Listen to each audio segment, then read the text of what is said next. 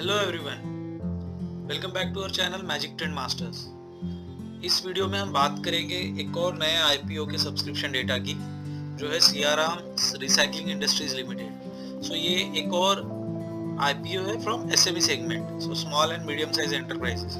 इसका lot size काफ़ी बड़ा है, 3000 क्वांटिटी का। सो हमें इसके आईपीओ के एप्लीकेशन के लिए एक लॉट के लिए कम से कम 1,30,000 के आसपास का पैसा लगने वाला है। तो चलो हम बात करते हैं कि सियाराम रिसाइकलिंग इंडस्ट्री करती क्या है। सो वो है ब्रास प्रोडक्ट्स के, brass brick based components manufacturing sector में। जो मोस्टली जो ब्रास वो कलेक्ट करते हैं या फिर प्रोड्यूस करते हैं वो फ्रॉम रिसाइकलिंग करते हैं, एंड उससे वो काफ़ी सारे प्रोडक्ट्स बनाते हैं। मोस्टली अगर हम यहाँ देखें तो मोस्टली जो है सैनिटरी इंस्टॉलेशंस में काम में आने वाले पार्ट्स, ब्रास के पार्ट्स, वो ब्रास बेस्ड कंपोनेंट्स वो बनाते हैं।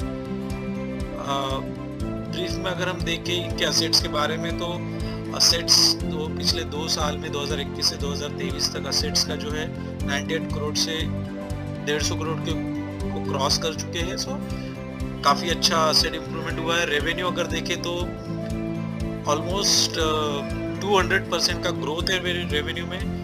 अगर हम प्रॉफिट की बात करें तो माय गॉड, 1 करोड़ से बढ़ के सीधा 7 करोड़ के पास पार जा चुका है इनका प्रॉफिट। सो ऑलमोस्ट 600 टाइम्स इनका प्रॉफिट बढ़ा हुआ है। नेट वर्थ में भी अच्छा खासा ग्रोथ दिख रहा है, रिजर्व एंड सरप्लस में भी अच्छा ग्रोथ है। लेकिन फिर अगर हम आके यहाँ इस टोटल बोरोइंग कॉलम में रो को देखें तो इन सारे ग्रोथ के साथ इनके बोरोइंग्स में भी अच्छा खासा ग्रो हुआ है। From 30 crore to almost 67 crore तक इनका बोरोइंग बढ़ा हुआ है। ये एक थोड़ी चिंताजनक बात है, बट ठीक है। ओवरऑल फाइनेंशियल्स ठीक लगते हैं। अगर पी की बात करें तो पी भी बहुत ज़्यादा नहीं है, 8.3, और पोस्ट पी उनका 10.9 ही होगा। रिटर्न ऑन इक्विटी भी ऑलमोस्ट 18% के आसपास है, जो अच्छा है।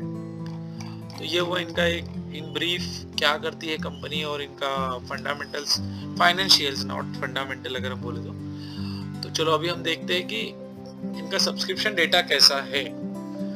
तो अगर हम डे 1 का सब्सक्रिप्शन देखें तो QIBs का कोई इंटरेस्ट था नहीं, लेकिन डे 2 पे ये इन्होंने 3.5 टाइम्स सब्सक्राइब कर चुके हैं ये लोग इनके कोटा को। सो जो बहुत अच्छा डेटा, बहुत अच्छा नहीं बट अच्छा डेटा है, कॉन्फिडेंस देने वाला।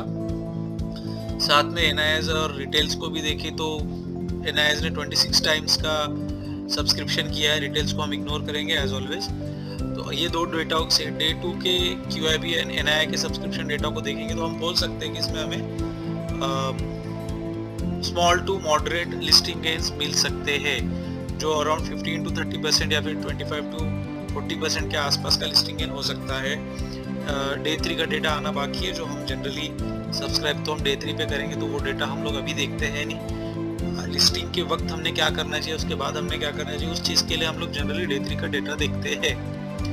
तो एज पर डेटा जो अभी हमारे पास है, हम बोलेंगे कि आप इसमें small to moderate listing gain के लिए सब्सक्राइब कर सकते हो। हाँ, लॉट साइज बड़ा है 1,30,000 के आसपास का, लेकिन आपका पैसा भी उतना ही बड़ा बनेगा अगर आपको IPO मिलता है तो। और हाँ, कंपटीशन काफ़ी तगड़ी है, रिटेल सब्सक्रिप्शन बहुत ज़्यादा हुआ है, तो ऑब्वियसली मिलने के चांसेस उतने आपके कम हो जाते हैं, लेकिन अगर मिला तो पैसा बनेगा। So go and subscribe for this IPO for listing gains. Listing के वक्त बेच कर निकल जाओ। आगे क्या करना वो आगे में कहीं फ्यूचर में हम इस स्टॉक के बारे में देखेंगे। So thank you everyone, happy investing.